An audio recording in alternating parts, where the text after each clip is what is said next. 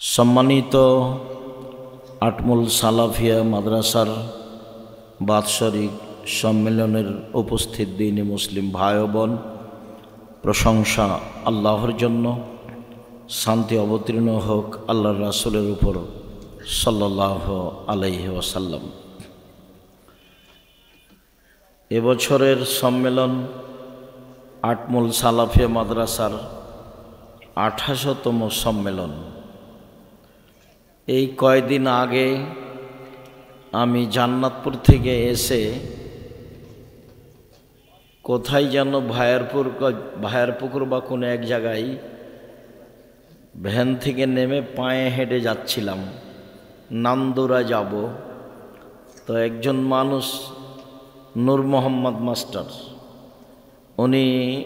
ওনাকে আমি জিজ্ঞাসা করছি যে এ রাস্তা কি নান্দুরা যাবে? তো উনি তাড়াহুড়া করে উঠে এসে আমাকে সালাম দিয়ে কথা বলতে লাগলেন। তো সেই দিন উনি আটমূলে একটা মাদ্রাসা গড়বেন, সেই কথাটা উনি বললেন। কদিন পরে এইদিকে একটা প্রোগ্রামে এসেছিলাম, দেখলাম আব্দুর রাজ্জাক, ওই যে ঔরঙ্গাবাদ আব্দুর রাজ্জাক আর নূর মোহাম্মদ মাস্টার দুইজন গেছেন এই প্রতিষ্ঠানের জন্য।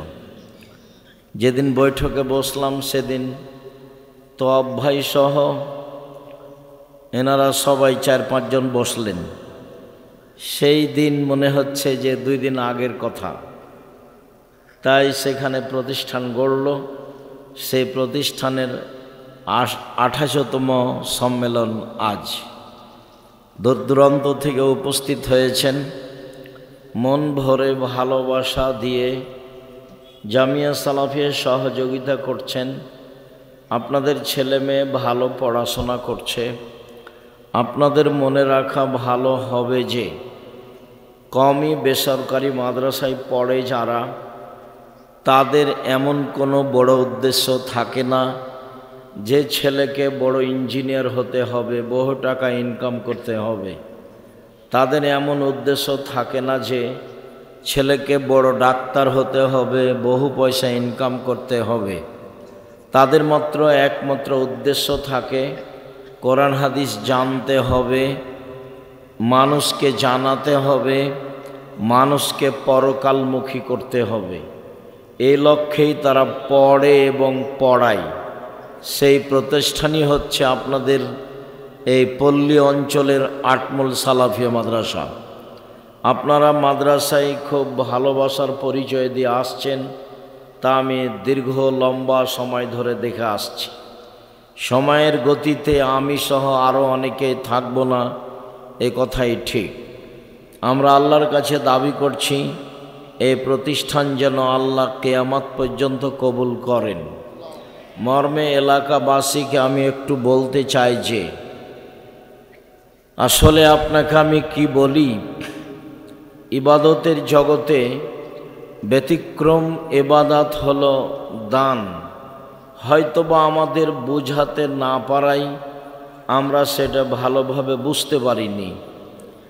মানুষ হজ করে তার পিতার উপকার করতে পারবে না, মানুষ ওমরা করে তার মায়ের উপকার করতে পারবে না। হজ ওমরা করে বাপ মায়ের উপকার করা যায় না। এখানে আমাদের পিছনে কোনো লোকজন আপসে কোনো কাজ না করে এবং কোনো কথা না বলে। কোনো প্রকার উপকারের মাধ্যম যদি কেউ মনে করে তাহলে এটাই মাধ্যম। শতবার উমরা করে আপনি আপনার মায়ের কিছু করতে পারবেন না। শতবার হজ করে আপনি আপনার মায়ের কিছু করতে পারবেন না। একজন লোক এসে বলছেন, আল্লাহর নবী, আমার মা মারা গেছেন, আমার মা কথা বলতে পারলে কিছু দান করতেন, আমি দান করলে আমার মায়ের নেকি হবে কি? আল্লাহ রাসূল বললেন, হ্যাঁ হবে। বুখারী মুসলিম। একজন লোক এসে বলছে, আল্লাহর নবী, আমার আব্বা মারা গেছেন, অর্থ সম্পদ রেখে গেছেন, আমাকে কিছু বলে যাননি, আমি আমার আব্বার নামে দান করলে আমার আব্বার পাপ মিটে যাবে কি? তখন আল্লাহ রসুল বললেন হ্যাঁ। তখন বললেন না যে ছোট পাপ মিটে যাবে, বড় পাপ থেকে যাবে,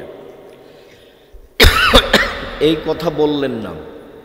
বললেন হ্যাঁ, তোমার আব্বার পাপ মিটে যাবে। এমন কোনো ইবাদত নেই যেটা আপনি করবেন আর আপনার বাপের পাপ মিটে যাবে, এরকম কোনো ইবাদত দুনিয়াতে নেই। হজ তো আপনার জন্য, ওমরা তো আপনার জন্য, রমজান মাসের সিয়াম রোজা তো আপনার জন্য, নামাজ তো আপনার জন্য, তাসবিহ তাহলিল জিকির আজকার তো আপনার জন্য। তো সব ইবাদতই তো নিজের জন্য, তো আর একজনের জন্য কোনটা? সেটাই আল্লাহ রেখে দিয়েছেন আর একজনের জন্য, হলো দান। আর আরো অবাক কথা যে আপনি হজ করে জান্নাত পেতে পারেন, জান্নাত কিনতে পারবেন না। আপনি উমরা করে জান্নাত পেতে পারেন, আপনি জান্নাত কিনতে পারবেন না। আপনি রমজান মাসের সিয়াম রোজা থেকে জান্নাত পেতে পারেন, জান্নাত কিনতে পারবেন না। আপনি 5 ওয়াক্ত সালাত আদায় করে জান্নাত পেতে পারেন, জান্নাত কিনতে পারবেন না। জান্নাত কিনার একটাই পথ, সেটা হলো দান। আল্লাহ তাআলা বলছেন যে আমি তোমাদেরকে তোমার অর্থ সম্পদ এবং তোমাদের জানের বিনিময়ে, তোমাদের অর্থ সম্পদ এবং তোমাদের জানের বিনিময়ে আমি জান্নাত বিক্রি করে দিলাম। এ কথা আল্লাহ বলছে। তার মানে মানুষ টাকা দিয়ে জান্নাত কিনে নিতে পারে। তো এইটা এমন কেন? আর একটা কথা এর মধ্যে নিয়ে আসি, তাহলে আরো ভালো হবে এবং বুঝতে পারবো ঘটনাটা কি। উপার্জনের 4টা পথ আছে দুনিয়াতে। একটা পথ হলো দিন মজুরি, কামলা কিষান, সন্ধ্যার সময় টাকা শেষ। 2 হলো চাকরি, সাধারণত 25 দিনে টাকা শেষ হয়। 3 হলো জমি চাষ, সমান সমান না হয় লস। 4 হলো ব্যবসা। তখন রাসূল সাল্লাল্লাহু আলাইহি সাল্লাম বলছেন, পৃথিবীর মানুষ শোনো, সত্যবাদী বিশ্বস্ত ব্যবসায়ীরা নবীদের সাথে জান্নাতে থাকবে। এই কথাটা ধরে রাখেন, এই কথাটা স্পষ্ট করছে একটু পরে আবার ইনশাআল্লাহ। নবীর সাথে থাকা কাজটা খুব কঠিন। খুব ভালোভাবে মনে আছে, একজন সাহাবী রাসূলের সাথে ছিলেন। তো সন্ধ্যা রাতের দিকেই অজুর পানি আর মেশক নিয়ে এসে রাসূলের কাছে উপস্থিত।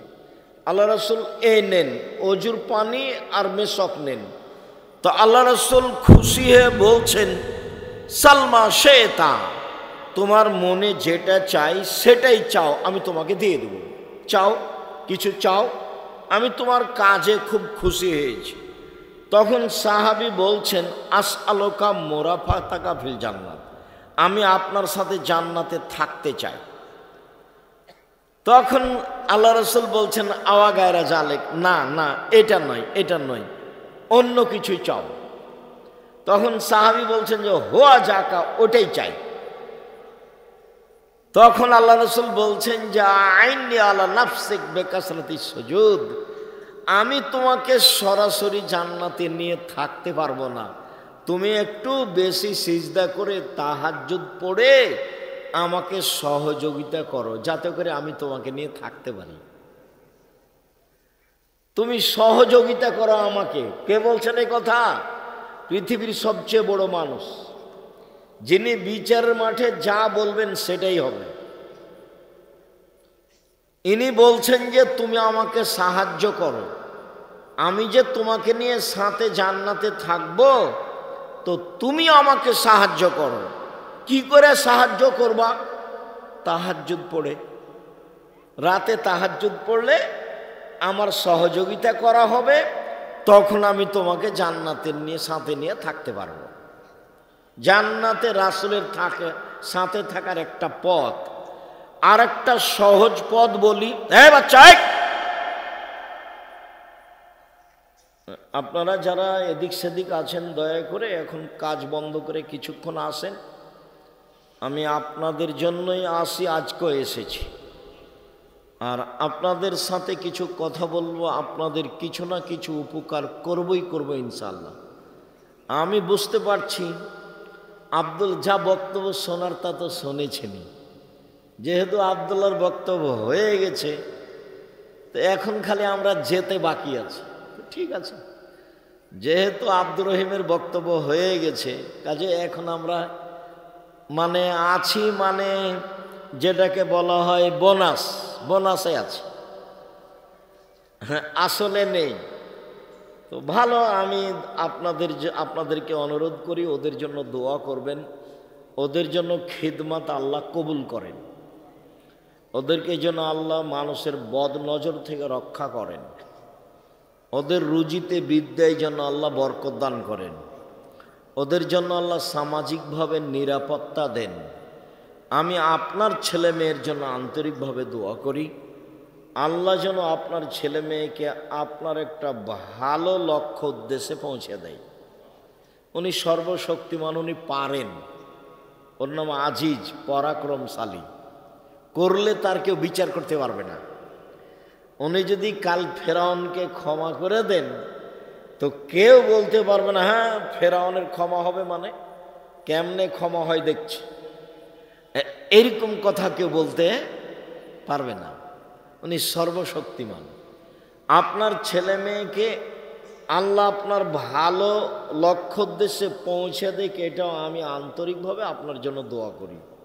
বলছিলাম যে সহজ একটা পথ আছে নবীর সাথে থাকার।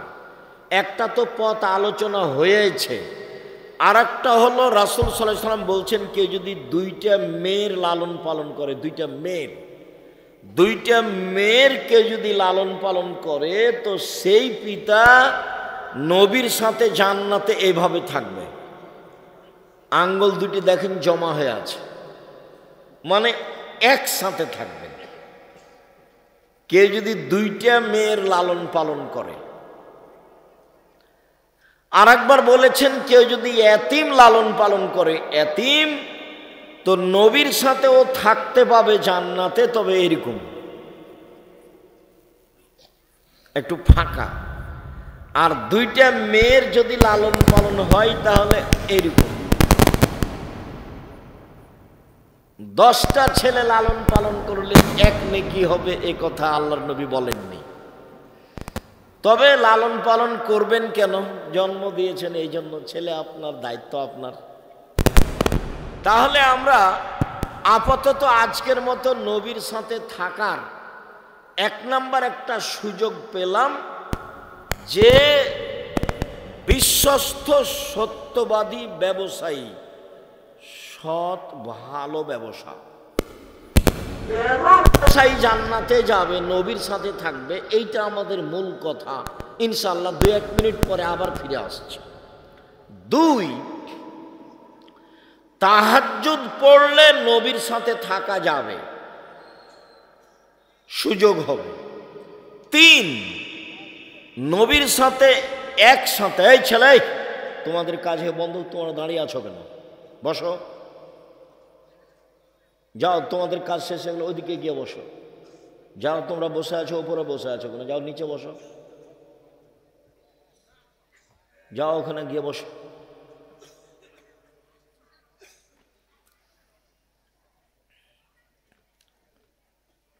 দুইটা মেয়ে লালন পালন করলে জান্নাতে নবীর সাথে এইভাবে থাকা যাবে। তাহলে 3, 4 হলো এতিম লালন পালন করলে নবীর সাথে জান্নাতে এইভাবে থাকা যাবে। বোঝা যায় না? একসাথে নয়, পাশাপাশি। তো আমরা দুইটা জায়গায় 2-1টা কথা বলি। তার প্রথম কথাটা বলি যে সত্যবাদী ব্যবসায়ী নবীদের সাথে জান্নাতে থাকবেন কেন, এইটার রহস্য কি? তো আরেকটা হাদিস পাশে শোনেন, আল্লাহ রাসূল বলছেন, দেখো ইয়া মাশারাত তুজ্জার, হে ব্যবসায়ীরা শোনো, ইন্নাল বায়া ইয়াহজুরুল কিযব ওয়াল হালাফ, নিশ্চয় ব্যবসায় কিছু মিথ্যা কথা চলে আসে, কিছু কসম চলে আসে। ফাসুবহু বিসাদাকা, দান করে ওটা মিটিয়ে দাও। তার মানে ব্যবসার একটা বড় দিক হলো দান। এবার আবার ফিরে যাই, দিন মজুরি, কিষান কামলা, যা রুজি উপার্জন হয় তা সেই দিনই শেষ। যারা চাকরি করে সাধারণ পোস্ত 25 দিনে শেষ হয়, 5 দিন ধার কর্য করে চলে। আর যারা জমি চাষ তাদের লসে বা সমান সমান। তাহলে এরা কি ফকির মিসকিনকে দান করতে পারবে, সহযোগিতা করতে পারবে? করবে কি? নাই তো। মায়ে বলছে যে বেটা এই মাসে কিছু টাকা দিয়ে পাঠায়ো, বাড়িতে খুব প্রয়োজন। ঠিক আছে আম্মা, ইনশাল্লাহ চেষ্টা করব। তো এই মাসে এসে জিনিসের দাম বেড়ে গেছে, তো আহাল পরিবার নিয়ে ঢাকায় থাকে, মাসই তো যায়নি, এই মাসে আবার 20 দিনে টাকা শেষ হয়ে গেছে। তো মাকে টাকা কেমনে দিবে? বাপ মাকে টাকা দেওয়ার একটাই পথ, অসহায় মানুষকে সহযোগিতা করার একটাই পথ, সেটা হলো ব্যবসা। ব্যবসা করেই আপনি মানুষের সহযোগিতা করতে পারেন। যার কারণে আমি বলেছি চকলেটের ব্যবসা। আমি চকলেটের ব্যবসা করতে বলিনি, আমি চকলেটের ব্যবসা মানে বলেছি সবচেয়ে কম পয়সার ব্যবসা, যাতে করে লোন নেওয়া না লাগে। লোন নিলে, ঋণ নিলে, ব্যাংকের টাকা উঠালে আপনার জানাজাই হবে না।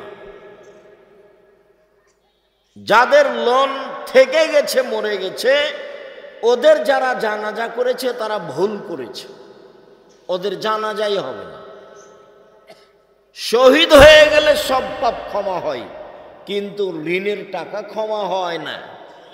আল্লাহর নবী সালাম ফিরার পূর্বে, প্রত্যেক সালাতে সালাম ফিরার পূর্বে একটা দোয়া পড়তেন, যার নাম দোয়ায়ে মাসুরা। তার শেষ অংশ, তার শেষ অংশের শেষে আছে আল্লাহুম্মা ইন্নী আউযু বিকা মিনাল মা'সিম ওয়াল মাগরাম। আল্লাহ তোমার কাছে বাঁচতে চাই বড় পাপ হতে, তোমার কাছে বাঁচতে চাই ঋণ কর্য হতে, তোমার কাছে বাঁচতে চাই বড় পাপ হতে, তোমার কাছে বাঁচতে চাই ঋণ কর্য হতে। আল্লাহর নবী দিন রাত কথা বলতেন। সেখানে আপনি ব্যাংক থেকে কোটি কোটি টাকা উঠিয়ে ব্যবসা করতে গেলেন কেন? কে এই বুদ্ধি দিল? ভুল হিসাব। বলছিলাম ব্যবসায় একটা পথ, আপনি অসহায় মানুষকে সহযোগিতা করতে পারেন। আর আপনি ব্যবসা করবেন এই জন্য যে আমি অসহায় মানুষের পাশে দাঁড়ানোর জন্য ব্যবসা করছি, সরকারকে উঠাবো আর বসাবো সেই জন্য নয়। আমি ব্যবসা করছি জান্নাত কিনে নেওয়ার জন্য। আমি জান্নাত আসলে পেতে চাচ্ছি না, আমি জান্নাত কিনতে চাচ্ছি, এই জন্য ব্যবসা করব। ব্যবসা করলে আমার জান্নাত কেনার পথ সহজ, বাকি উপার্জনের পথ দিয়ে জান্নাত কিনা সহজ নয়। এই জন্য আল্লাহ রাসূল বললেন যে সত্যবাদী ব্যবসায়ীরা কার সাথে থাকবে? নবীদের সাথে থাকবে। তখন আবার বহু বচন, নবীগণের সাথে থাকবেন, শহীদদের সাথে থাকবেন, সিদ্দিক সত্যবাদীদের সাথে থাকবেন। 3টা শব্দ একসাথে বলেছেন। এক, সত্যবাদী ব্যবসায়ীরা নবীগণের সাথে থাকবেন। 2, শহীদদের সাথে থাকবেন। 3, সত্যবাদীদের সাথে থাকবেন, যারা সিদ্দিক তাদের সাথে থাকবেন। ব্যবসা করলেই আপনি অসহায় মানুষের সহযোগিতা করতে পারবেন। ভারত, বাংলাদেশ, পাকিস্তানে ইসলামকে টিকিয়ে রাখার একটাই মাধ্যম হচ্ছে এই কওমি বেসরকারি মাদ্রাসা, যেখানে ছাত্র শিক্ষকের দুনিয়াবি কোনো লক্ষ্য নেই। আমি নিজে বলছি, আমি আব্দুর রাজ্জাক বিন ইউসুফ, আমি 1976 সালে মাদ্রাসায় পড়তে গেছি।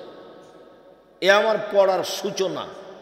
88 আগস্টের 20 তারিখ রোজ বুধবার বিকাল 3টে থেকে আমি শিক্ষক। 88 আগস্টের 20 তারিখ রোজ বুধবার বিকাল 3টে থেকে আমি শিক্ষক। ওই থেকে ওই পর্যন্ত কওমি মাদ্রাসায় পড়েছি।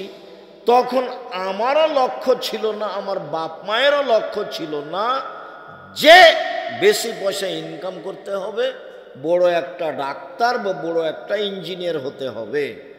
আর সেই দিন থেকে না আজ অবধি আমার মাথায় কোনোদিন জাগেনি যে এরকম কিছু হয়ে পয়সা ইনকাম করতে হবে। বুঝাতে চাচ্ছি যে বেসরকারি কওমি মাদ্রাসার ছাত্র শিক্ষকেরা একমাত্র আল্লাহকে সন্তুষ্ট করার জন্য, পরকালের আশায় মানুষকে পরকালমুখী করার জন্য শিক্ষা অর্জন করে ও করায়। অতএব এইসব প্রতিষ্ঠানের দান আপনার ওইরূপ কাজ দিবে।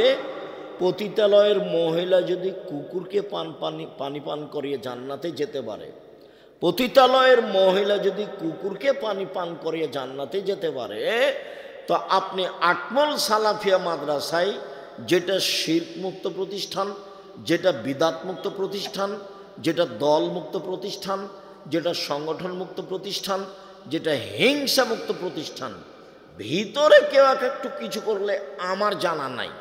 তো যেহেতু এখন জামিয়া সালাফিয়ার সাথে সম্পৃক্ত, জামিয়া সালাফিয়া বাংলাদেশের সর্ববৃহৎ প্রতিষ্ঠান, সবচেয়ে বড় প্রতিষ্ঠান, আয়তনে, শিক্ষক সংখ্যায়, ছাত্র সংখ্যায়, শিক্ষক গুণে, ছাত্র গুণে, যেই প্রতিষ্ঠানে শিরক নেই, বিদাত নেই, দল নেই, সংগঠন নেই, আপনার হিংসা নেই, হিংসা মুক্ত প্রতিষ্ঠান জামিয়া সালাফিয়া, দল মুক্ত প্রতিষ্ঠান জামিয়া সালাফিয়া, সংগঠন মুক্ত প্রতিষ্ঠান জামিয়া সালাফিয়া, শিরক মুক্ত প্রতিষ্ঠান জামিয়া সালাফিয়া, বিদাত মুক্ত প্রতিষ্ঠান জামিয়া সালাফিয়া, তার অন্তর্গত তার অধীনস্থ প্রতিষ্ঠান আটমুল সালাফিয়া মাদ্রাসা।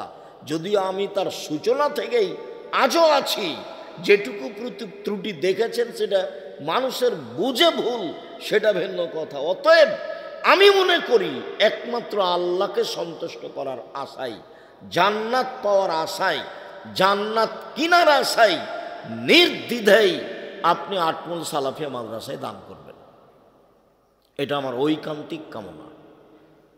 আমি শুনলাম সভাপতির মুখে যে এখন প্রায় 20 লক্ষ ঋণ হয়েছে কাজবাজগুলি করতে।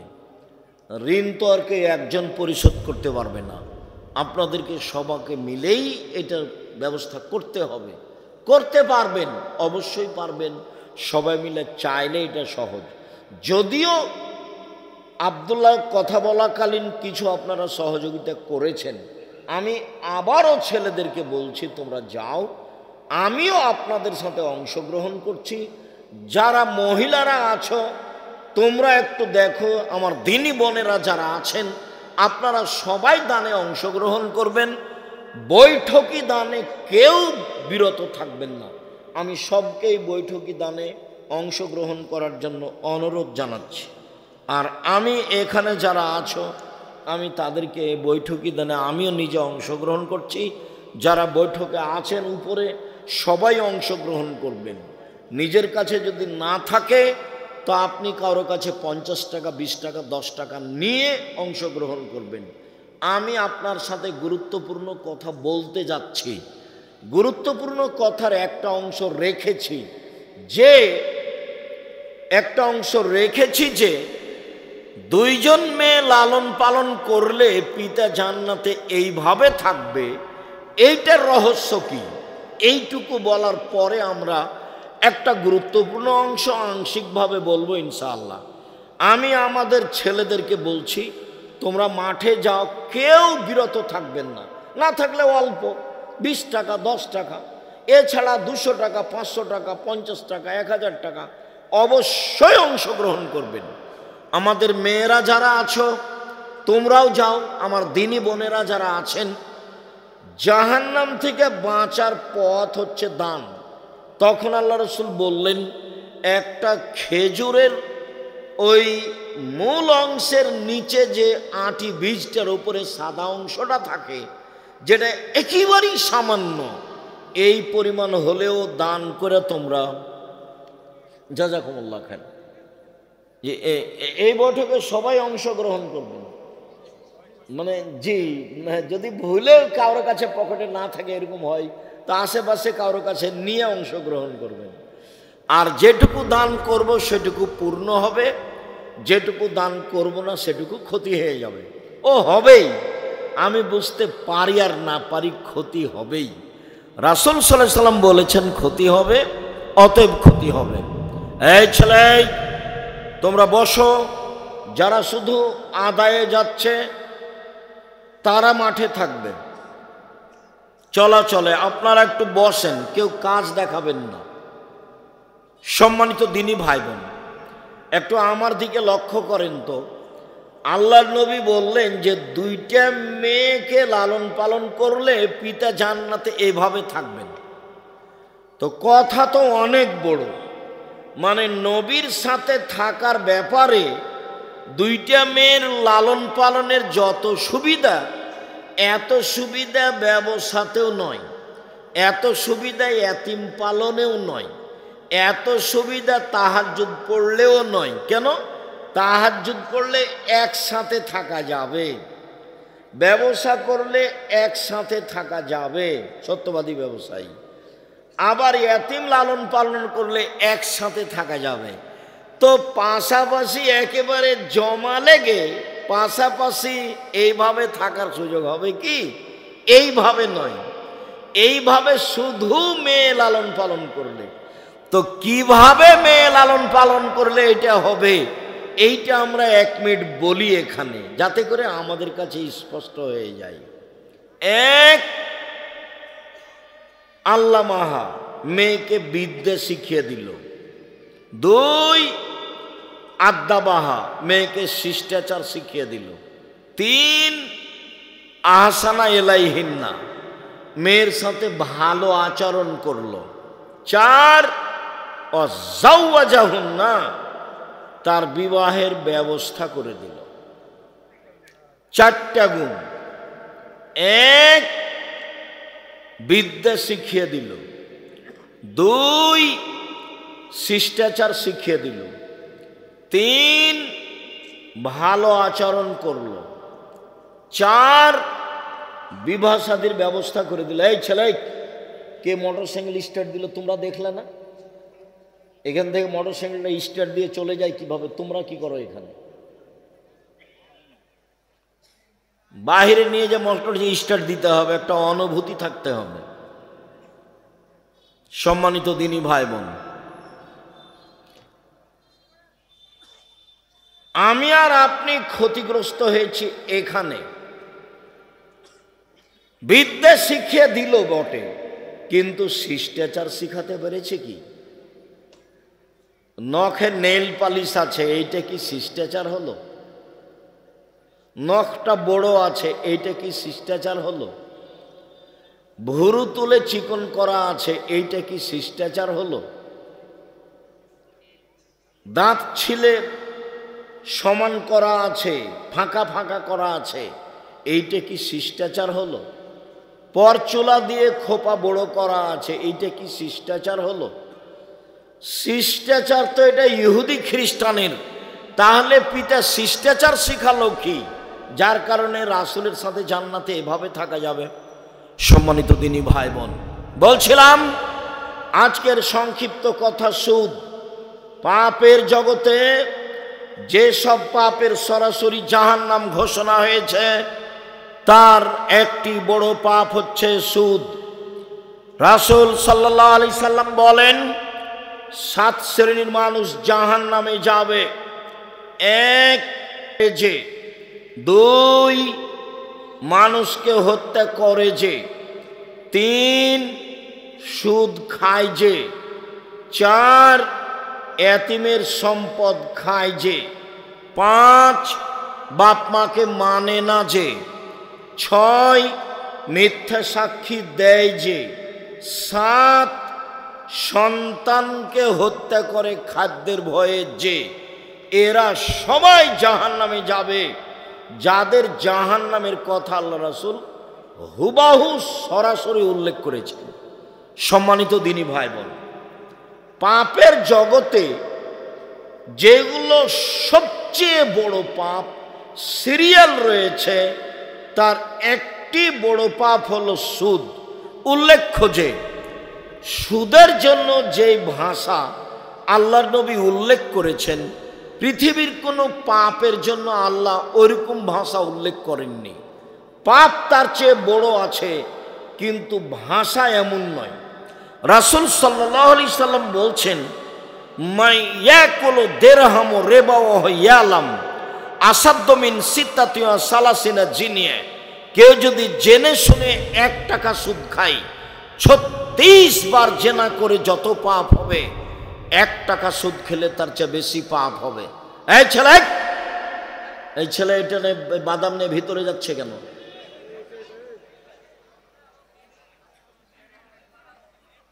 এই অভ্যাস তো খারাপ। কিছুক্ষণ অপেক্ষা করেন। আমি তো গত রাত্রেও প্রোগ্রামে ছিলাম, আজকেও এসেছি, বাসায় যাব, সকালে তো ক্লাস আছে, আবার পরের রাত্রে প্রোগ্রাম আছে। আমি তো এখনো ক্লান্ত হইনি, আমি তো আছি। আপনি প্রয়োজন দেখাচ্ছেন কেন? অল্প কিছুক্ষণ থামেন, আমি আপনার কিছু না কিছু উপকার করব ইনশাআল্লাহ। এই ছেলেরা, তোমরা একটু চতুর্দিকে থাকো, যারা দাঁড়িয়ে আছে তাদেরকে বসার জন্য অনুরোধ করো। যারা দোকানপাটে আছেন তাদের ভুল হয়েছে, আপনারা চলে আসেন, কিছুক্ষণ সামনে অপেক্ষা করুন। সম্মানিত দিনী ভাই বোন, কেউ যদি জেনে শুনে 1 টাকা সুদ খায়, তাহলে 36 বার জেনা করে যত পাপ হবে, 1 টাকা সুদ খেলে তার চেয়ে বেশি পাপ হবে। মনে রাখবেন, জেনা এমন একটা পাপ, রাসূল সাল্লাল্লাহু আলাইহি সাল্লাম বলেন, অবিবাহিত ছেলে মেয়ে যদি জেনা করে, তাহলে তাকে 100 লাঠি পিটিয়ে এলাকা থেকে 1 বছরের জন্য তাড়িয়ে দিতে হবে। তিনি বলেন, বিবাহিত পুরুষ নারী যদি জেনা করে, তাহলে তাকে ইট ঢেল পাথর দিয়ে মেরে ফেলতে হবে। জেনাই এমন একটা পাপ, বিবাহের পরে যদি এটা ঘটে, তাহলে তার বেঁচে থাকার পথ দুনিয়াতে নেই। 3 শ্রেণীর মানুষকে হত্যা করতে হয়, 2 শ্রেণীর মানুষের বাঁচার পথ আছে। 3 শ্রেণীর মানুষকে হত্যা করতে হয়, 2 শ্রেণীর মানুষের বাঁচার পথ আছে। 1 শ্রেণীর মানুষের বাঁচার পথ নেই। কেউ যদি বলে আমি কোরআন মানি না, তাহলে তাকে সরকারিভাবে হত্যা করতে হবে। তাকে ফাঁসির মঞ্চে নিয়ে যাওয়া হয়েছে, গলায় ফাঁস দেওয়া হয়েছে, তখনও বলছে আমার ভুল হয়েছে, কোরআন মাজিদ আল্লাহর বিধান, আমি আমার কথা ফিরিয়ে নিলাম, তাহলে তার ফাঁসি হবে না। 2, আপনি আমাকে হত্যা করেছেন, আমার বাপ মা আপনাকে হত্যা করে নিবে, তার নাম কেসাস, আপনাকে হত্যা করবেই। তবে আপনার বাঁচার পথ আছে। আপনাকে ফাঁসির মঞ্চে নিয়ে যাওয়া হয়েছে, ফাঁস গলায় দেওয়াও হয়েছে। এই সময়তে আমার বাপ মা চিৎকার করে জানাচ্ছে দায়িত্বশীলদের যে আমরা কেসাস নিব না, মাফ করে দিলাম, আমরা কেসাস নিব না, মাফ করে দিলাম। তাহলে আপনাকে ফাঁসির মঞ্চ থেকে নামিয়ে নেওয়া হবে, আপনার ফাঁসি হবে না। 3 হলো, কেউ যদি বিবাহ করার পরে জেনা করে, তাহলে পৃথিবীতে তার বেঁচে থাকার কোনো পথ নেই, কোনো পথই নেই। খুব ভালোভাবে জানা আছে, কোনো একদিন এই মঞ্চে আমরা বলছিলাম, জনক একজন মহিলা রাসূলের দরবারে এসে বলল, আল্লাহর নবী আপনি আমাকে পবিত্র করুন।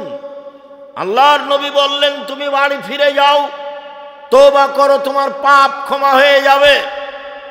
মহিলাটি বলল, আতুরাদ্দাদুনি কামা রাদাদ্দা মাইজ ইবনে মালিক, আপনি যেভাবে মাইজ ইবনে মালিকের বিচার না করে ফিরিয়ে দিয়েছিলেন, সেইভাবে কি আমাকে ফিরিয়ে দিতে চাচ্ছেন? অন্না হবলামিনা জেনা, আমার পেটে অবৈধ সন্তান রয়েছে, দয়া করে বিচার করে দেন। আল্লাহর নবী বলেন, আচ্ছা ঠিক আছে, ইরজেই হাত্তা তালে দি, বাড়ি চলে যাও, যেদিন সন্তান প্রসব হবে সেদিন এসো, বিচার করে দিব।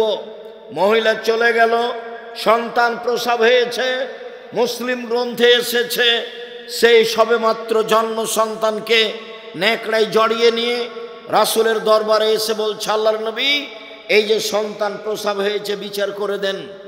আল্লাহর নবী দৃশ্য দেখে অবাক হয়ে বললেন, ইরজেই, বাড়ি ফিরে যাও, ফারদেই হে, বাচ্চাকে দুধ খাওয়াও, হাত্তা তাফতে মিহে, যেদিন বাচ্চা দুধ ছেড়ে দিবে সেদিন আসছে, বিচার করে দিব। মহিলা বাচ্চা নিয়ে বাড়ি চলে গেল, বাচ্চাকে দুধ খাওয়ালো। 2 বছর পরে বাচ্চা নিয়ে বিচারালয়ে উপস্থিত, তখন বাচ্চার হাতে এক টুকরা রুটি রয়েছে। এই রুটি প্রমাণ করে বাচ্চা খাদ্য খেতে পারে। আল্লাহর নবী বাচ্চাটাকে একজন মানুষের হাতে সমর্পণ করলেন, যাও তুমি এই বাচ্চাটা লালন পালন করো। তিনি বললেন, সঙ্গী সাথী, এই যাবো বেহা, তোমরা একে মাঠে নিয়ে যাও, ওয়াহফিরুল্লাহ সাদরেহা, তার জন্য বুক পর্যন্ত একটা গর্ত খোঁড়ো, সুম্মার জেমুহা, গর্ত খুঁড়ে বুক পর্যন্ত মাটিতে পুঁতে দিয়ে চতুর্দিক থেকে ইট ঢেল পাথর মেরে তাকে দুনিয়া থেকে বিদায় করো। সাহাবীগণ বলেন, আমরা তাকে মাঠে নিয়ে গেলাম, গর্ত খুঁড়ে বুক পর্যন্ত মাটিতে পুঁতে দিলাম, চতুর্দিক থেকে ইট ঢেল পাথর মারতে লাগলাম। খালিদ বিন ওয়ালিদ বলেন, আমি একটা পাথর তার মুখের উপরে মারলাম, পাথর মুখে লেগে মুখ ফেটে রক্ত ছিটে খালিদের গায়ে লাগলো। ফাসবাহা, খালিদ গালি দিয়ে বসলেন। খালিদ আল্লাহ নবী বললেন, মাহলে খালিদ, খালিদ থামো, তুমি একে গালি দিও না। এ মহিলা আল্লাহর দরবারে এত তওবা করেছে, এই অপরাধের জন্য আল্লাহর কাছে এত ক্ষমা ভিক্ষা চেয়েছে। বড় থেকে বড় পাপী যদি এরকম ক্ষমা চাই, তাহলে তার পাপ ক্ষমা হয়ে যাবে। খালিদ শোনো, মদিনার যত মানুষ রয়েছে সবাকেই যদি এই মহিলার তওবা ভাগ করে দেওয়া হয়, সবার পাপ ক্ষমা হয়ে যাবে। এই মহিলা আল্লাহর দরবারে এরকম তওবা করেছে, ওকে গালি দিও না খালিদ। ইট ঢেল পাথর দিয়ে তাকে হত্যা করা হলো। আল্লাহর নবী তার জানাজা করলেন, কাফন দাফন করলেন। তিনি ঘোষণা দিলেন তার তওবা কবুল হয়েছে, তার পাপ ক্ষমা হয়ে গেছে। তিনি জানাজা করলেন মানে তার পাপ ক্ষমা হয়ে গেছে। তিনি কাফন দাফন করলেন মানে তার পাপ ক্ষমা হয়ে গেছে। পৃথিবীর সবচেয়ে বড় মানুষ এই কথাটা বলতে পারলেন না, ঠিক আছে যাও, তোমার পাপ ক্ষমা হয়ে গেছে, তোমার বিচার হবে না, এই কথা তিনি বলতে পারলেন না। মুহাম্মদ সাল্লাল্লাহু আলাইহি সাল্লাম শরীয়তের কাছে নিজেই জিম্মি, মানে বলতে চেয়েছে আপনাকে বিবাহ করার পরে কেউ যদি জেনায় লিপ্ত হয়, তাহলে তার পৃথিবীতে বেঁচে থাকার কোনো সুযোগ নেই। শুনুন, সুদের পাপকে আল্লাহ রাসূল বলছেন, কেউ যদি জেনে শুনে 1 টাকা সুদ খায়, 36 বার জেনা করে যত পাপ হবে, 1 টাকা সুদ খেলে তার চেয়ে বেশি পাপ হবে। এবার আপনি বুঝেন সুদের পাপ কি জিনিস। পৃথিবীতে পাপ আছে শিরক করা, ভাষা এরকম নয়। পৃথিবীতে পাপ আছে মহাপাপ, বাপ মায়ের অবাধ্য চলা, ভাষা এমন নয়। পৃথিবীতে মহাপাপ রয়েছে মিথ্যা সাক্ষী দেওয়া। বগুড়া জেলে বহু মানুষ আছে 20 বছর থেকে 30 বছর থেকেও নিজেই জানে না আমি কেন জেলে। জজ জানে না ঘটনা কি, উকিল জানে না ঘটনা কি, সাক্ষী জানে না ঘটনা কি। যে টাকা দিয়ে সাক্ষী তৈরি করেছে শুধুমাত্র সেই জানে। সাক্ষী জজের সামনে বলছে, আমি তাকে 2 চোখে মারতে দেখেছি, যার কথা বলছে সে সেদিন বগুড়াতেই ছিল না। 20-30 বছর থেকে জেলে আছো, নিজেই জানে না কেন জেলে। শুনুন, মিথ্যা সাক্ষী মহাপাপ। এরপরেও ভাষা এমন নয়। সম্মানিত দিনী ভাই বোন, মানুষকে হত্যা করা মহাপাপ, এরপরে ভাষা এমন নয়। সুদ খাওয়া এক অবাক পাপ, যে তার ভাষা হলো কেউ যদি 1 টাকা সুদ খায়, 36 বার জেনা করে যত পাপ হবে, 1 টাকা সুদ খেলে তার চেয়ে বেশি পাপ হবে। কি দিয়ে বুঝায় আপনাকে আমি সুদ কি জিনিস? আবু হুরায়রা রাদিয়াল্লাহু তাআলা আনহু বলেন, রাসূল সাল্লাল্লাহু আলাইহি ওয়াসাল্লাম বলেছেন, আল্লাহর নবী বলেন, আর রিবা সাবুনা জুজান, সুদের পাপের 70টি ভাগ রয়েছে, ছোট থেকে বড়, বড় থেকে ছোট। সুদের পাপের 70টি ভাগ রয়েছে, ছোট থেকে বড়, বড় থেকে ছোট। এর সবচেয়ে ছোট ভাগ হলো মার সাথে জেনা করলে যেমন পাপ হয়। নেন, এবার আপনার স্ত্রী তো কিস্তিতে টাকা তুলেছে, ভিক্ষা করে খাবেন। এখানে এসেছেন কেন? আমি ভিক্ষা করে খেতে বলিনি, এটা হলো নিন্দে। যাদের বাড়ি বগুড়া, রংপুর, লালমনিরহাট, টেনফামারী, কুড়িগ্রাম, পঞ্চগড়, ঠাকুরগাঁ, গাইবান্ধা, জয়পুরহাট, এইসব লোককে আমি মাঝে মধ্যে এই জন্য বলি যে এইসব জেলায় যদি মেয়েরা, বোনেরা ভাইয়ের কাছে জমি চায় তাহলে মাথা খারাপ হয়ে যায়, ওটা অপরাধ। তখনই আমি বলেছি ভিক্ষা করে খাবেন। বোনকে জমি দিবেন না মানে? কেন দিবেন না? আপনি জমি পাবেন সকালে আর বনে জমিন পাবে বিকালে, হিসাবে এরকম না একসাথে? তো এখনো দেননি কেন? দিতে দেরি করেছেন কেন? আবার এইসব ডিস্ট্রিক্টের লোকেরা বেশিরভাগ যৌতুক নেই। ভিক্ষা করে খাবেন, যৌতুক নেবেন কেন? ভিক্ষা করে খাবেন কেন? মানুষের বাড়িতে কাজ করে খাবেন। মানুষের বাড়িতে কাজ করে খাবেন কেন? চকলেটের ব্যবসা করে খাবেন। ব্যবসার পথ তো খোলা আছে, সারা পৃথিবীর মানুষ যেখানে সেখানে ব্যবসা করতে পারে। কলার করবে, চকলেটের করবে, কম থেকে কম পয়সার ব্যবসা করবে, রাস্তাঘাটে জুতা স্যান্ডেল বিক্রি করবে। সে ভিক্ষা করবে কেন? আমি ভিক্ষা করে খেতে বলিনি। আমি আপনাকে দুর্বল ভেবেছি ভিক্ষা করার কথা বলে। আপনি শ্বশুরের কাছে যৌতুক নিলেন কেন? নিবেন কেন? নিবেন কেন? এই ছেলে দেখো, তোমার বাপকে আল্লাহ বলছেন কুকুর শ্রীগাল চেয়ে খারাপ। বুঝেও বুঝে না ওরা, অন্তর আছে বুঝে না, দেখেও দেখে না ওরা, চক্ষু আছে দেখে না, শোনেও শোনে না ওরা, কান আছে শোনে না। উলাইকা কালানাম, তারা পশু প্রাণীর মতো, তারা গরু ছাগলের মতো, তারা কুকুর শ্রীগালের মতো। বালো মাজাল বরং তার চেয়ে খারাপ, কুকুর শ্রীগালের চেয়ে খারাপ। এ কথা আল্লাহ বলছে। কে? এইসব মানুষ যারা বোনকে জমি দেয় না, যারা যৌতুক নেয়, যারা জুলুমবাজ, যারা দলীয় দাপটে মানুষকে মারে, যারা মানুষকে জেল হাজতে দেয়, যারা মানুষকে অপমান করে, যারা ক্ষমতা দেখায়, সমাজে যারা দাপট দেখায়, এরা হচ্ছে এই কুকুর শ্রীগালের চেয়ে খারাপ, এই পশু প্রাণীর চেয়ে খারাপ। আমি এই ভাষা বলিনি, আমি বলেছি ইতর শ্রেণীর মানুষ সমাজের দায়িত্ব পালন করবে, ইতর শ্রেণীর মানুষ। আমি এই ভাষা বলেছি। আর হাদিসের ভাষা হলো লোকা ইবনে লোকা, অধমের সন্তান অধম। আর বগুড়া, জয়পুরহাটে এই ভাষা হলো যেদিন সমাজের দায়িত্ব পালন করবে বেন্যার বাচ্চা বেন্যা। আর চাঁপাইনবাবগঞ্জ, রাজশাহীতে এই ভাষা হলো যেদিন সমাজের দায়িত্ব পালন করবে ছোট লোকের বাচ্চা ছোট লোক। আর যদি ঢাকায় যান তাহলে সে ভাষা আমি নকল করতে পারি না। সারা দেশের যেই পল্লী অঞ্চলে গিয়ে সবচেয়ে নিম্ন ভাষা যেটা ব্যবহার করে, সেই ভাষা আল্লাহ রসুল ব্যবহার করেছেন, সেটা হলো লোকা ইবনে লোকা, যার বাংলা হচ্ছে অধমের সন্তান অধম, ইতর শ্রেণীর মানুষ, ইতরের সন্তান ইতর। যেদিন সমাজের দায়িত্ব পালন করবে সেদিন কিয়ামত হবে। সেদিন মানুষ মানুষের প্রতি জুলুম করবে, অত্যাচার করবে, রাহাজানি করবে, অন্যায় করবে, অবিচার করবে, সমাজকে কলুষিত করবে। সম্মানিত দিনী ভাই বোন, বলছিলাম চলেন এবার মূল কথাই ফিরে যায়।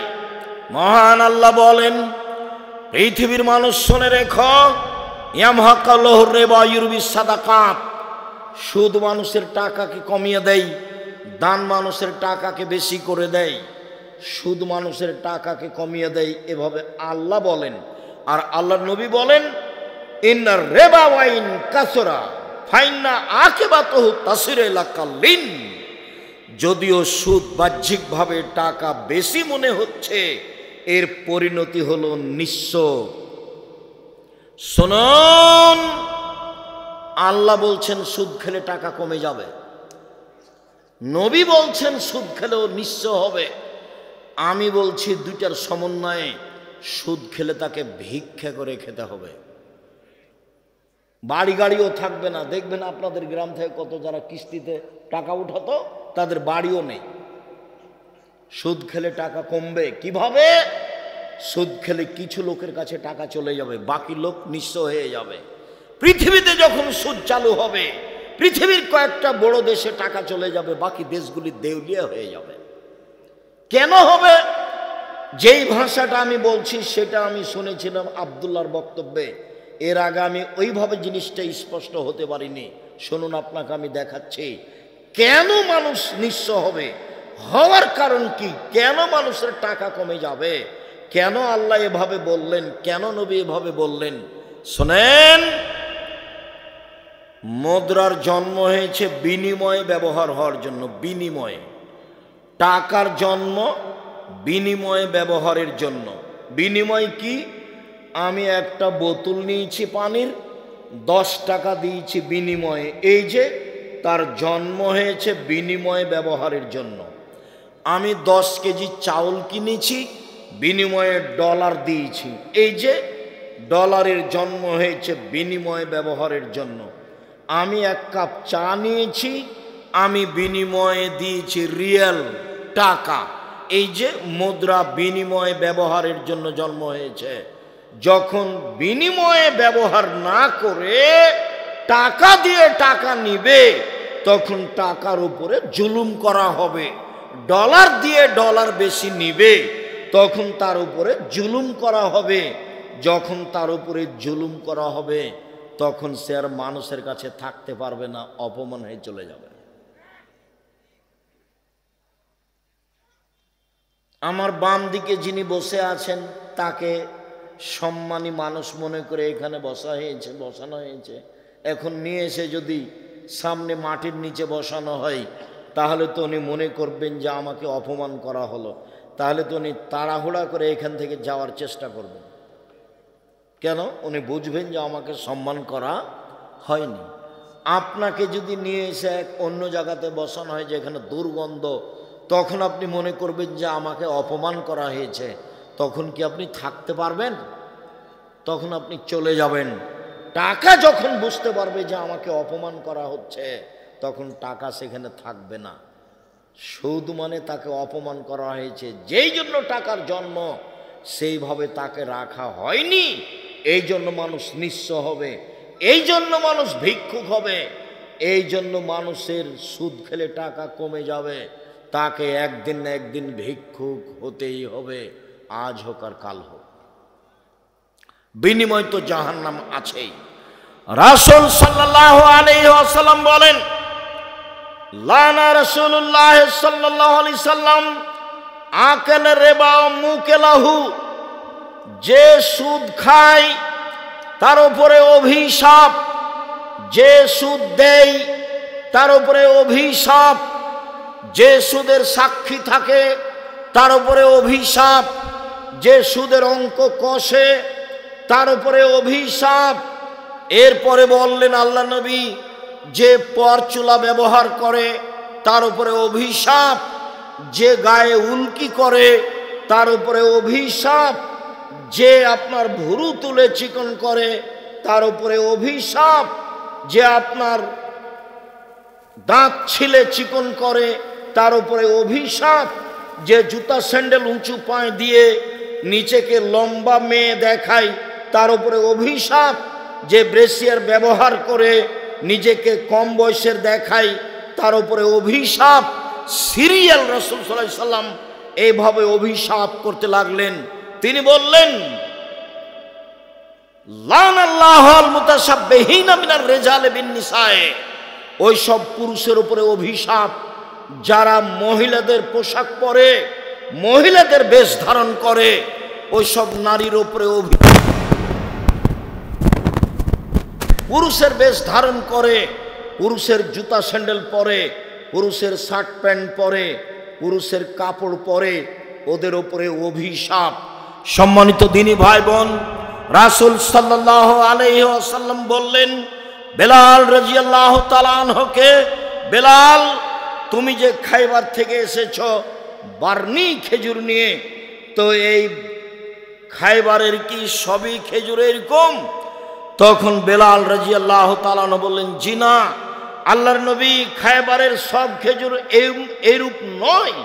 ইন্দানা তামারুন রাদিউন, আমাদের কাছে ছিল কীট খেজুর, সাধারণ দুর্বল কম দামের খেজুর। বেনা সাইন বে সাইন, 2 সা দিয়ে 1 সা কিনেছি। দুর্বল খেজুর 2 সা দিয়েছি, 5 কেজি দিয়েছি, আর 2.5 কেজি নিয়েছি ভালোটা।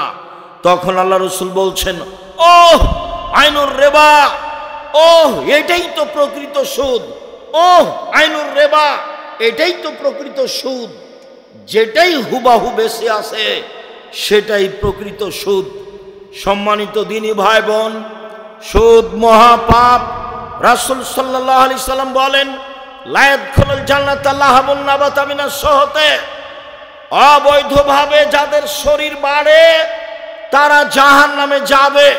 কুল্লু লাহমিন নাবাতা মিনাস সহতে কানাতিন নার আওলা বিহি, যেই ছেলে মেয়ের শরীর, ব্যক্তির শরীর সুদের টাকায় বাড়ে, ওর জন্য জাহান্নাম যথেষ্ট।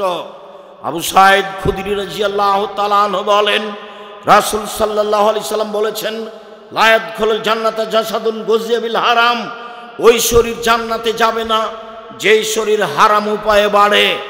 আর হারামের যত পথ রয়েছে, হারামের যত পথ পন্থা রয়েছে উপার্জনের, সবচেয়ে ন্যাক্কারজনক, নোংরা, ঘৃণিত পথ হচ্ছে সুদ। সুদ দিয়ে টাকার উপরে জুলুম করা হয়। সুদ খেলে মানুষ ভিক্ষুক হয়, সুদ খেলে মানুষ নিঃস্ব হয়, সুদ খেলে সমাজের টাকা 2-1 জনের কাছে চলে যায়, সমাজ নিঃস্ব হয়ে যায়।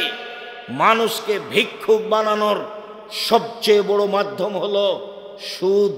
সম্মানিত দিনী ভাই বোন, যার কারণে রাসূল সাল্লাল্লাহু আলাইহি সাল্লাম বলেন, পৃথিবীর মানুষ শুনে রেখো, খাওলা রাদিয়াল্লাহু তাআলা আনহা বলেন, ইন্না হাযাল মাল হুলওয়াতুন খাজিরা, এই সম্পদ হচ্ছে মিঠা বস্তু।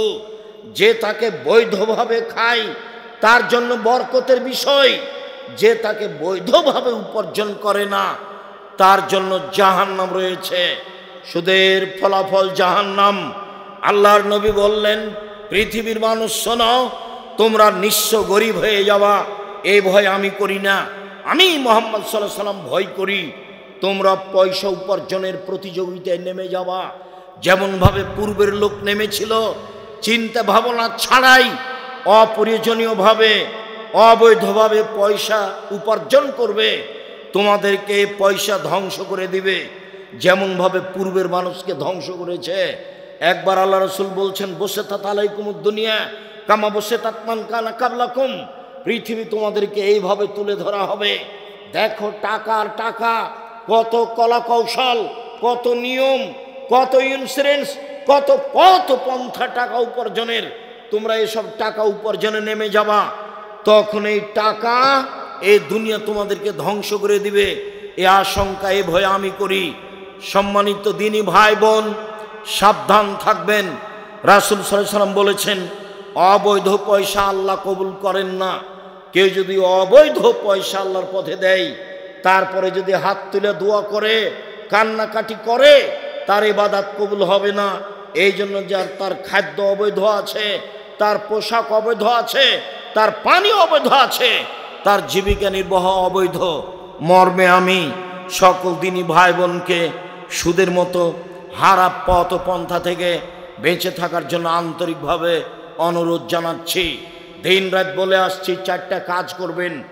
1, 5 ওয়াক্ত সালাত, 2, হালাল রুজি, 3, কোরআন তেলাওয়াত, 4, আড্ডা পিটা চিরদিনের জন্য হারাম। দোকানে বসে আড্ডা পিটবেন না, মোবাইল নিয়ে আড্ডা পিটবেন না। সকল দিনী ভাই বোনকে আমরা সন্ধ্যা থেকে এখন পর্যন্ত যেসব আলোচনা করে আসলাম সেইগুলি অনুযায়ী চলার জন্য আন্তরিকভাবে অনুরোধ জানিয়ে আজকের যে আলোচনা সেটা আপনি পাবেন উপদেশ বইয়ে আছে। আর আমি হাতে কলমে শিখিয়ে দেওয়ার জন্য নামাজ শিক্ষা বইটা লিখেছি। আর আল ইতিসাম পত্রিকা একটা ফ্রি পাওয়া যাবে, একটা কিনলে আমি নিজে কিনেছি ফ্রি দেওয়ার জন্য। আর এই ফতোয়া সিরিজ বইয়ে 1000 ফতোয়া আছে, যেটা মুফতিদের মাধ্যমে আমি নিজে বৈঠকে থেকে সংশোধন করে এই বই বের করা হয়েছে। ফতোয়া সিরিজ, ফিকুল হাদিস ফতোয়া সিরিজ, 1000 প্রশ্নের উত্তর আছে। অতীব গুরুত্বপূর্ণ বই।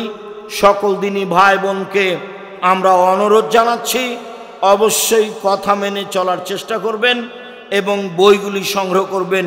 কয়েকটি জিজ্ঞাসা। আমার এক বোন 3000 টাকা দিয়েছেন, আল্লাহুম্মা সাল্লি আলাইহি আল্লাহুম্মা বারিক আলাইহি। আমার দিনী বোন ভাইয়েরা যারা আছেন, অবশ্যই আপনার এই আটমল সালেফে মাদ্রাসায় নিজের প্রতিষ্ঠান মনে করে দানের হাত প্রশস্ত রাখবেন। সকল দিনী ভাই বোনকে আমি সম্ভবপর দান করার অনুরোধ জানিয়ে কয়েকটা জিজ্ঞাসার উত্তরে চলে গেলাম। বই হয়তো বা আমার হাতের ডান দিকে আছে বা কোথায় আছে দেখেন।